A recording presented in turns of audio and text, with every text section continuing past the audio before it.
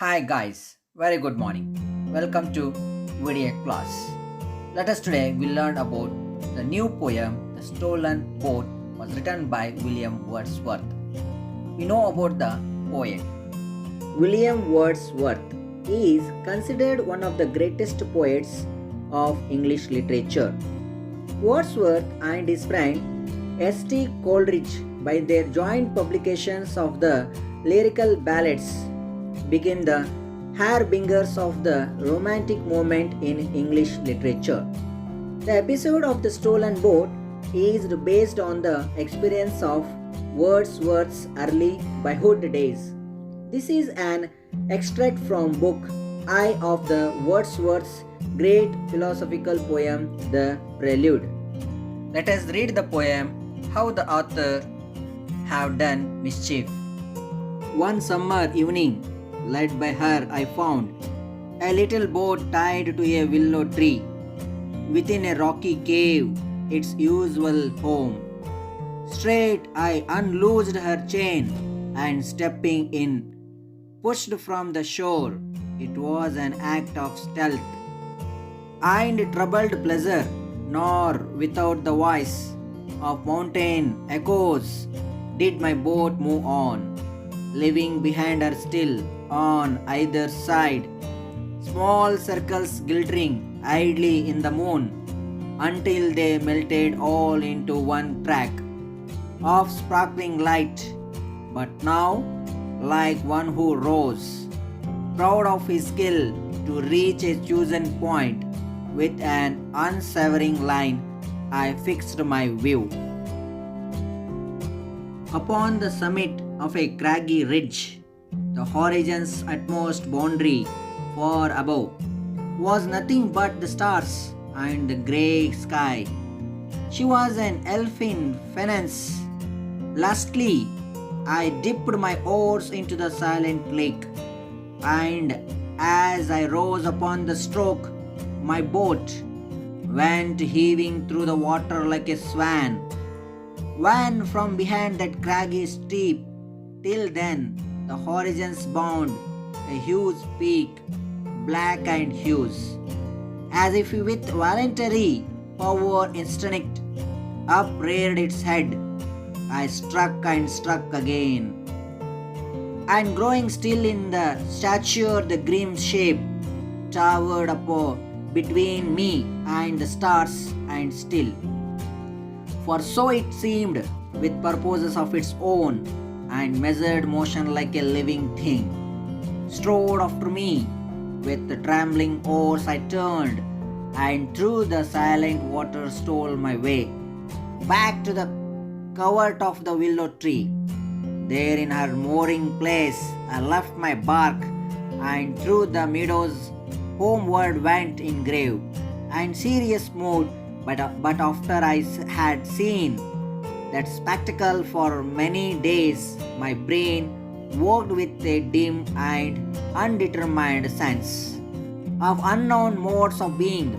O'er my thoughts there hung a darkness, call it solitude or blank desertion. No familiar shapes remained, no pleasant images of trees, of sea or sky, no colors of green fields, but hues and mighty forms that do not live, like living men, moved slowly through the mind by day and were a trouble to my dreams. One summer evening, the poet, who is still a boy, is tempted to take the boat on the sea all by himself. He doesn't take the permission of the boat owner or inform anyone. He goes to the rocky cave where the boat is moored, opens its chain and pushes it into the water. As he sits in the boat, he is pleased with himself, but also guilty of having done something he shouldn't have done. The sound of the splashing of the oar gets echoed in the mountains, and there are small circles made in the water where the oar fears the water. Fixing his eye on a distant craggy ridge, the boy rows fast. The boat moves very smoothly and lightly like a swan. The boy rejoices in all these sounds and sights, but he is lightly troubled in his mind. As he nears the ridge, suddenly he sees another peak behind the rocky ridge, which is huge and black. As he rows towards it, the peak seems to grow in size, and very soon it appears to be moving towards the boy with a measured step. Trembling with fear, the boy immediately turns the boat around the rows back fast to the rocky cave. He silently tied the boat again to the willow tree and goes home. But for a long time after that experience, he is disturbed. There is a dullness in his mind.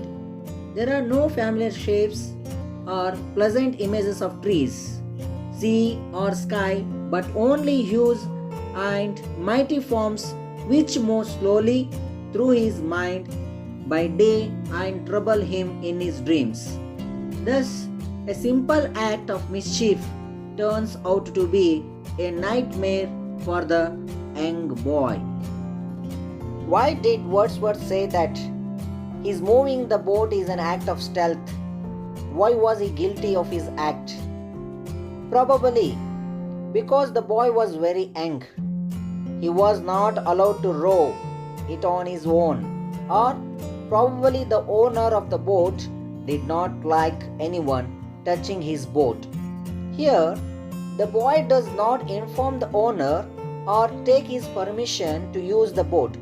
Hence, Wordsworth says that the boy's moving of the boat is an act of stealth.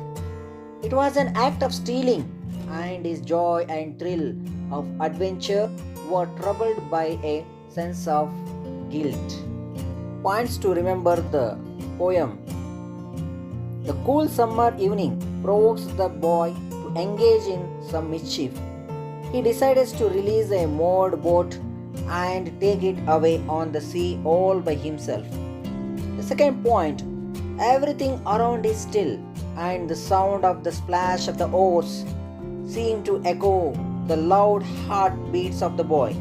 He is feeling guilty for having taken the boat in a stealthy manner. The third point, there is a pale moonlight and it is reflected beautifully in the water. The boat is sailed smoothly like a swan. The fourth point, the boy wants to take the boat up to a craggy rock. As he nears it, there seems to be arise behind the craggy rock a huge peak, black and menacing. As the boy rows closer to it, it seems to grow bigger and bigger.